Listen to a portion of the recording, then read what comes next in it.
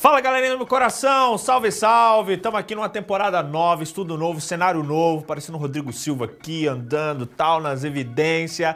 Mas é isso aí, nos próximos 3 meses, de semana em semana, a gente vai estudar junto as lições de um dos personagens mais massas da Bíblia. Um dos mais massa, mas também um dos mais malas sem alça também, né? A gente vai falar sobre Pedro. E eu já quero começar deixando bem claro. Teve uma época que, infelizmente, qualquer um que fosse definir Pedro usaria as mesmas palavras do Romário para definir o Pelé.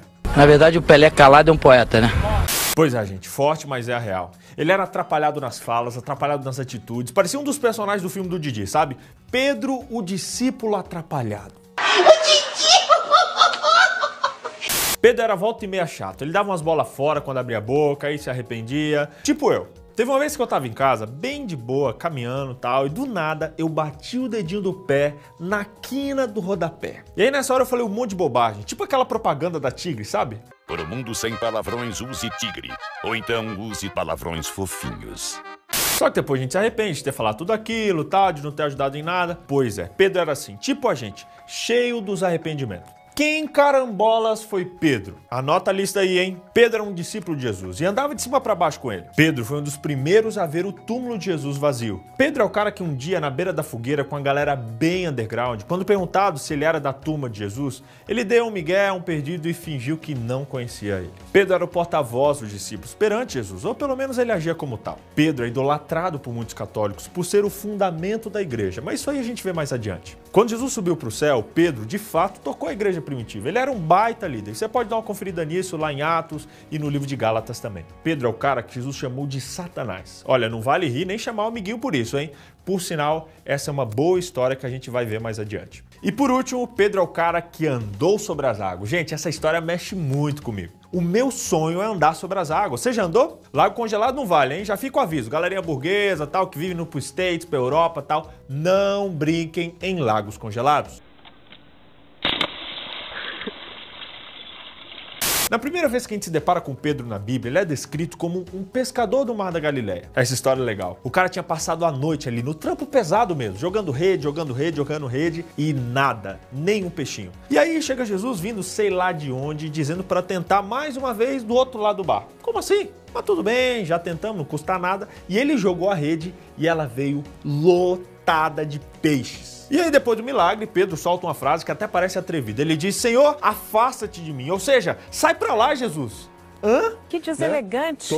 Pois é. Ai, ai, ai. Só que Pedro continua e ele completa dizendo, afasta-te de mim, porque sou um pecador. Ufa! Pedro não tá sendo sem noção, ele tá tendo noção demais. Pedro viu o contraste entre a santidade de Jesus e a pecaminosidade dele. Acho até que foi por isso que Pedro foi chamado. E vocês? Quem vocês dizem que eu sou? E aí Pedro responde cheio de convicção e ele diz, tu és o Cristo, Filho do Deus vivo. E Jesus respondendo finaliza, bem-aventurado és tu, Simão, porque essa revelação não veio por carne nem sangue, mas pelo meu Pai que estás nos céus. Ponto para Pedro. Parabéns, parabéns, parabéns. Pedro e depois os outros discípulos, embora alienados na ideia de que a vinda de Jesus a esse planeta seria glamurosa e tal, eles reconheceram quem Cristo era. Ele era o enviado, o Messias, o Filho do Deus vivo. E você? Você sabe quem Jesus é? Um outro episódio bacana é o dia em que Pedro andou sobre as águas. Jesus tinha acabado de mostrar o seu poder alimentando ali um monte de gente, uma multidão gigante, mais de 5.000 pessoas. E mais tarde à noite os discípulos estavam num barco, num mar revolto e tal,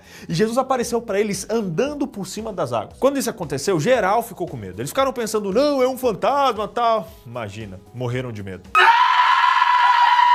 Porém, assim que o susto passa, surge Pedro fazendo pedrice. Baseado nesse poder todo de Jesus, Pedro lança um desafio até meio ousado. Ele diz, Senhor, se é o Senhor mesmo, me deixa ir contigo nas águas. Baita fé, né? Jesus deixou e Pedro foi. Gente, Pedro era top. O resto da história você conhece. Pedro se sentiu seguro, foi andando todo pomposo, tal, se achando, e aí tirou os olhos de Jesus, veio o medo e outra vez ele afundou. A lição que a gente sempre tira aqui é que a gente não deve tirar os olhos de Jesus. Mas fugindo do clichê, vamos admitir que Pedro teve muita fé. Pedro reconheceu Jesus e Jesus reconheceu a fé dele e autorizou ele a ir. Entretanto, Jesus permitiu que Pedro afundasse justamente para provar que era o poder de Cristo e não de Pedro que havia feito tudo aquilo. Mas se Pedro demonstrou fé em Cristo, ele também foi capaz de negá-lo. Em Lucas capítulo 22, a gente vê que durante a última ceia, Pedro estava fazendo 1000 juras de amor para Jesus, promessas de fidelidade, te amo para sempre, jamais vou te abandonar e tal. E Jesus respondeu a ele na lata, dizendo o seguinte, digo-te, Pedro, que não cantará hoje o galo antes que 3 vezes me negues que me conheces. Dito e feito. Pedro pensou, logo eu, gente, não pode ser, Jesus deve estar enganado. Não, deve estar. Só que depois de Jesus ser preso, Pedro, curioso para saber o que aconteceria, foi seguindo Jesus de longe, pela última vez, acompanhando os seus passos. Mas no trajeto, Pedro se perdeu do seu caminho, se perdeu na sua identidade e a profecia se cumpriu. Antes de o galo cantar, Pedro negou o seu Senhor por 3 vezes. Ele não conseguiu evitar o seu destino, nem mesmo o destino de Jesus. As intenções de Pedro eram boas, ele tinha fé, ele era corajoso, ele era impetuoso, era apaixonado por Jesus. Mas assim como um dia ele andou e afundou nas águas, ele desviou o olhar do Senhor e transgrediu, condescendeu, flertou, titubeou. Ele cedeu ao mal. Mas a boa notícia é que Jesus perdoa.